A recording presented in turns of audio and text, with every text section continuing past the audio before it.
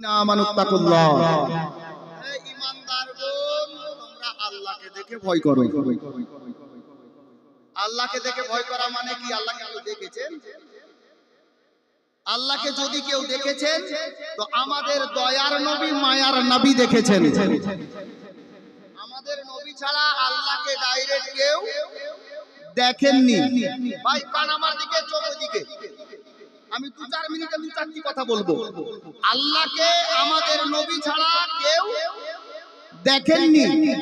আল্লাহ নিজেই বলছেন, হে ঈমানদারগণ, তোমরা আল্লাহকে দেখে ভয় করো। আপ চলেন তাফসীর কারকরা কি বুঝাচ্ছেন? এখান থেকে এটাই বুঝাচ্ছেন, আল্লাহকে দেখে ভয় করা মানে আল্লাহর হুকুম মেনে নেওয়ার নামই হলো আল্লাহকে দেখে ভয় করা। যেমন নামাজ, রোজা, হজ, যাকাত, ইসলামের স্তম্ভগুলো, এবং আল্লাহর তরফ থেকে যেটা আমাদের জন্য ফরজে আইন, যেটা হালাল ওটাকে গ্রহণ করতে হবে, যেটা হারাম বা নাজায়েজ সেটাকে অমান্য করতে হবে, বাদ দিতে হবে। এক কথাই বলি, আল্লাহর প্রতিটা হুকুম মেনে নেওয়ার নামই হচ্ছে আল্লাহকে দেখে ভয় করা। বুঝা গেল? আল্লাহকে দেখে ভয় করা মানে আল্লাহর প্রত্যেকটা হুকুম মেনে নেওয়ার নাম আল্লাহকে দেখে ভয় করা। তো বাবা, নামাজ পড়লাম, আল্লাহর হুকুম পালন করা হলো। রোজা রাখলাম, আল্লাহর হুকুম পালন করা হলো। যাকাত দিলাম, আল্লাহর হুকুম পালন করা হলো। শরীয়তের আহকাম আরকানগুলিকে মেনে চললাম। হালালকে হালাল জানলাম, হারামকে হারাম জানলাম। তাহলে আল্লাহকে দেখে ভয় করা হলো। কিন্তু এখানেই তো আল্লাহ শেষ করছেন না। ওই আয়াতে কারিমার শেষে বলছেন, ওয়া কুনু মা'আস সাদিকিন। আল্লাহ বলছেন, নামাজ পড়ো, রোজা রাখো, হজ করো, যাকাত দাও, যার যেটা হক আদায় করো, আর সাথে সাথে ওয়া কুনু মা'আস সাদিকিন, ও সত্যবাদীদের সঙ্গী হয়ে যাও। বুঝা গেল? নামাজও পড়তে হবে, রোজাও রাখতে হবে, হজও করতে হবে, যাকাতও দিতে হবে, যার যেটা হক আদায় করতে হবে, সাথে সাথে কোন আল্লাহর নেক ওলি দেখে তিনার সঙ্গী হতে হবে। জোরে বলুন।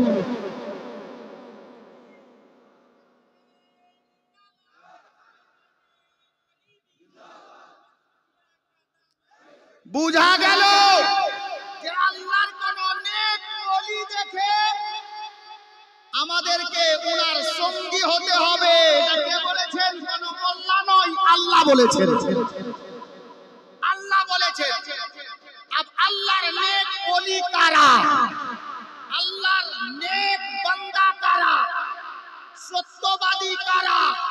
এর পূর্বে অনেক তাকরীর বা বক্তব্য আপনারা শুনেছেন। আমি তাকরীরের জগতে যাচ্ছি না। এক কথাই বলি, যদি খোঁজ করেন আসমাউলের মধ্যে ত্রুটি পেতে পারেন। মাওলানা আফাজউদ্দিন বসে আছেন, ত্রুটি পেতে পারেন। মাওলানা গোলাম আউলিয়া আছেন, ত্রুটি হতে পারে। মুফতি আমির হামজা কালিমি সাহেব আছেন, হয় না হয় ত্রুটি হতে পারে, হয়তো বা মিথ্যা বলতে পারে। ওলামায়ে আহলে সুন্নাতের মধ্যে জানি না কার দিলে কি আছে, ত্রুটি বেরোতে পারে, সম্ভব আছে। কিন্তু একটা জাত দুনিয়াতে বেঁচে আছে, যেই জাতের নাম হলো মাওলা আলীর জাত, মাওলা আলীর ঘরানা। উনারা দরকার পড়লে গলা দিয়ে দেন, হাত দেন না।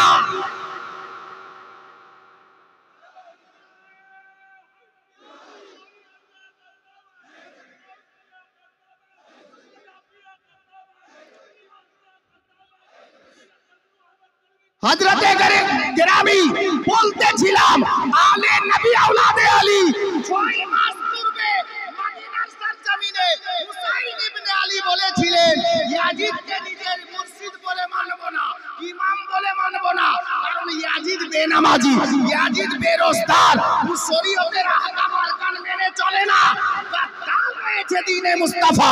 যার জন্য দরকার পড়লে ইয়াজিদ আমি হাত তো দেব না, দরকার পড়লে করলে গলা দিয়ে ইসলাম বাঁচাবো।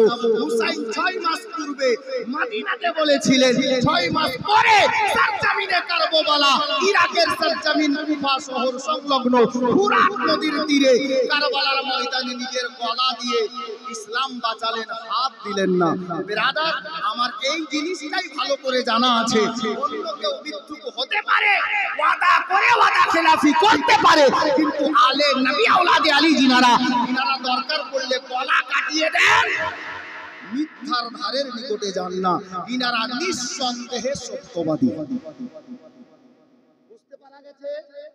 তাহলে কোন আল্লাহর নেক ওলি, আপ বলবেন মাওলানা সবাই তো আর মুফতি আমির হামজা নয়, সবাই তো আমাদের ইয়াকুব হাজী টোলার ইমাম নয়। মাওলানা ওয়াফাজউদ্দিন কিতাব পড়েছে, মাওলানা গোলাম আম্বিয়া কিতাব পড়েছে। আল্লাহর ওলি কারা হক আছেন, ওনারা বলতে পারবেন কথা বলে। আমরা কি করে চিনবো? আমরা কি করে চিনব? আপনাদের জন্য সহজ সরল একটা রাস্তা। আল্লাহু আকবার কবীরা। কিতাব লেখকগণ লিখেছেন, আল্লাহর ওলি এসেছেন, আপনি যান, আল্লাহর ওলির নিকটে যান। আপনি জানেন না, সওয়াল জবাব করতে দরকার নাই। আপনি বলবেন তাহলে জানবো কি করে যে ইনি আল্লাহর খাস ওলি? জানার জন্য সহজ উপায়, গোলামে কালিমি আল্লাহর ওলির দরবারে যান। রাইটারগণ লিখেছেন, উনার চেহারা দেখেন, জিনার চেহারা দেখে খোদা ইয়াদ আসবে, বুঝে নিতে হবে উনি নিঃসন্দেহে আল্লাহর ওলি আছেন। হযরতে গেরামি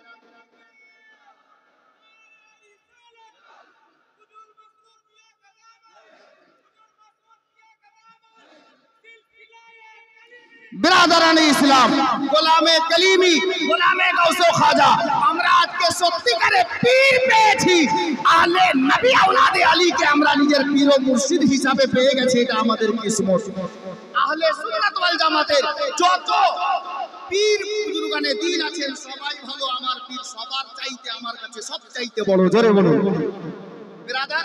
যাই হোক, আজকের এই জলসা রাখা গেছে কবরস্থানের উন্নতি কল্পে। সবাইকে হবে, দুনিয়া সবাইকে ছাড়তে হবে। আচ্ছা, আমাদের মধ্যে কিছু লোক আছে বুঝলেন, এরা কি বলে? বলে নবী মরে মাটিতে মিশে গেছে। জোরে বলুন নাউজুবিল্লাহ। বলে না? বলে। এ বেরাদা, কোরআন পড়ে না, আর যদি পড়ে তো কোরআনের অর্থ দেখে না। কোরআন খুলুন, আল্লাহ কোরআনে বলছেন কুল্লু নাফসিন যায়কাতুল মাউত। মানে কি? যার মধ্যে আত্মা আছে তাকে অবশ্যই একদিন মৃত্যুর স্বাদ গ্রহণ করতে হবে, মানে মরতে হবে, ঠিক? আচ্ছা, মৃত্যু শব্দের অর্থ কি জানেন? বাংলাতে মৃত্যু শব্দের অর্থ কি? মৃত্যু শব্দের অর্থ হলো স্থান পরিবর্তন করা, জায়গা বদল করা, জায়গা বদল করা। তাহলে বলেন তো বাপ, মানুষ এখানে আমরা যারা বসে আছি, আল্লাহ পাক সারা পৃথিবীকে কদিনে সৃষ্টি করেছেন? কদিনে? কদিনে সৃষ্টি করেছেন জানা নাই? আমরা রোজ জালসা শুনি তো। আল্লাহ গোটা দুনিয়াকে, পৃথিবীকে কদিনে সৃষ্টি করেছেন? আল্লাহ কিতাবে এসেছে আল্লাহ তাবারক ওয়া তাআলা সারা কায়নাতকে 6 দিনে সৃষ্টি করেছেন। জোরে বলুন কদিনে? এত ভুল হবে না, 6 দিনে। আচ্ছা, এখানে যারা বসে আছি সবাই মায়ের পেট থেকে একদিনে এসেছি, একদিনে মরবো? এই পর্যন্ত এই গ্রাম থেকে যারা ইন্তেকাল করেছেন একদিনে মারা গেছেন? জি না। আসার সিরিয়াল আছে, যাওয়ার সিরিয়াল নেই। আমি বলতে চাইছিলাম আল্লাহ পাক মানব জাতির আত্মাকে একদিনে সৃষ্টি করে আলামে আরওয়াহাতে রেখেছেন। এ ভাই, যারা নবীকে মুর্দা বলো, শোনো, নাউজুবিল্লাহি মিন জালিক। আরে নবী তো দূরের কথা, আলে নবীগণ দূরের কথা, সাহাবীগণ দূরের কথা, আল্লাহর ওলিগণ দূরের কথা, কোন মানুষ কোনদিন মরে না। জোরে বলুন, কোন মানুষ কোনদিন মরে না। বলবেন কি করে? নেন প্রমাণ। আল্লাহ সমস্ত মানব জাতির রূহকে, আত্মাকে সৃষ্টি করে আলামে আরওয়াহাতে রেখেছেন। আলামে আরওয়াহাতে রেখে যখন আলামে আরওয়াহাতে থাকার সময় আপনার বা আমার শেষ, আল্লাহ পাক আপনাকে আমাকে রূহ জগৎ থেকে মায়ের পেটে পাঠালেন। মায়ের পেট থেকে যখন মায়ের পেটে থাকার বাচ্চাটার সময় শেষ, আল্লাহ বলছেন দুনিয়া আমার বান্দা মায়ের পেটের মধ্যেই যা তোমার স্থান ছিল সময় শেষ, জায়গা পরিবর্তন করো।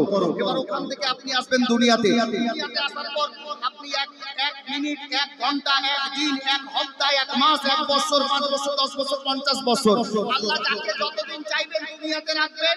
আল্লাহ বলবেন এই বান্দা দুনিয়াতে থাকার সময় শেষ, জায়গা পরিবর্তন করো। ইন্তেকালের সময় হবে, কুল্লু নাফসিন যায়কাতুল মাউতের মজা চাকতে হবে।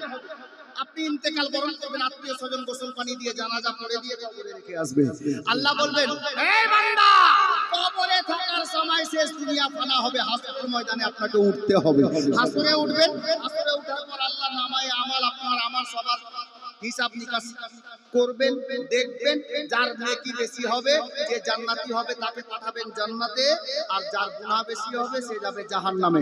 আল্লাহর নবী বলেন যেই ব্যক্তি জাহান্নামে যাবে আল্লাহর দয়া হলে টেনে আবার জান্নাতে দেবেন, আর যদি কোন ব্যক্তি একবার জান্নাতে চলে যায় তো আল্লাহ পাকের প্রিয় হাবিব বলেন ওই লোকটা চিরতরে অমর হয়ে গেল, আর তাকে কোনোদিন জান্নাত থেকে বেরোতে হবে না।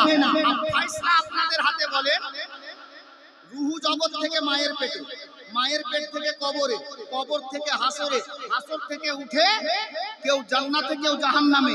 আল্লাহর দয়া হলে জাহান্নাম থেকে টেনে জান্নাতে দেবেন, কিন্তু জান্নাতে চলে গেলে আর কোনোদিন বেরোতে হবে না। বলেন তো মানুষ মরলো কোন জায়গাতে? জায়গা বদল করতে করতে জান্নাতে আর জাহান্নামে। মানুষ কোনোদিন মরে না, শুধু স্থান পরিবর্তন করে। মরতে সকলকে হবে, দুনিয়া ছাড়তে হবে, কবরে যেতে হবে। আলে নবীর উপস্থিতিতে আজকে